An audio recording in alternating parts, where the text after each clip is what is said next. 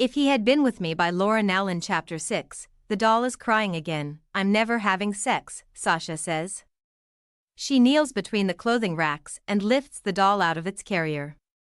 The saleslady folding clothes by the register looks over at us. Sasha lifts the doll's shirt up and inserts the key dangling from the bracelet around her wrist into the small of the baby's back. It continues crying. That's what they want you to say, I tell her over the noise. I glance over my shoulder at the saleslady. I think she thinks that it's real, I say. A few moments later, the doll's crying winds down. Sasha still holds it slung over her arm with the key twisted in it.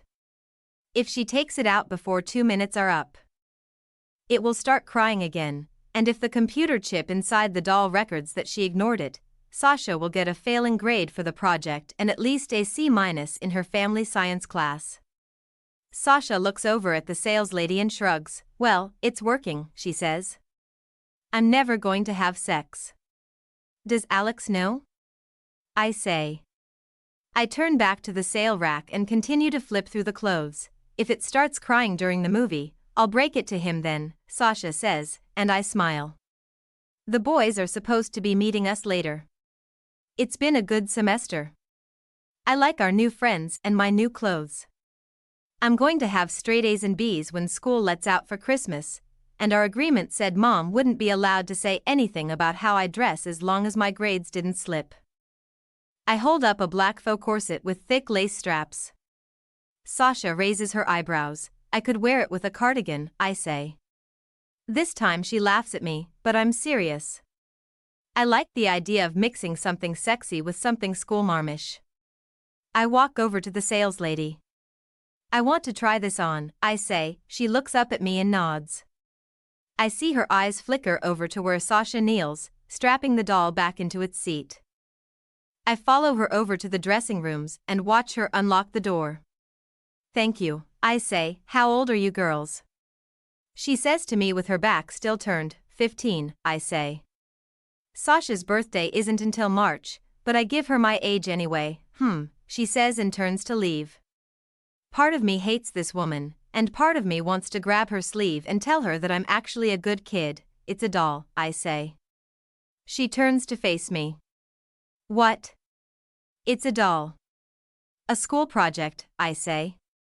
She narrows her eyes at me and walks away. It's an hour later at a cheap jewelry store, while Sasha is looking for a necklace for her little sister, that I see the tiara. It's silver with clear rhinestones. The kind they used to crown the homecoming court just 2 months ago. We laughed and rolled our eyes at the tradition, but at the time, I'd wanted a crown, just not what it symbolized. I pick it up and slide the combs into my hair to hold it in place. I admire my head, turning it back and forth in the mirror, then step back to get the effect with jeans and a t-shirt. I like it. What are you going to do with that? Sasha says, coming up behind me at the register. Wear it, I say, every day. Hello, Your Highness, Jamie says to me when we meet them later outside the mall's movie theater. I'm thrilled to have his approval. I reach out and take his hand and he kisses me hello. During the movie, the doll starts crying again, and Sasha and I meet each other's eyes and start laughing. We laugh so hard that I have to go out with her into the hall while she sticks the key in the doll. We stand in the hall laughing together, her with her doll and me with my tiara, and people passing by look at us like we are crazy. It was a good time for us, first semester.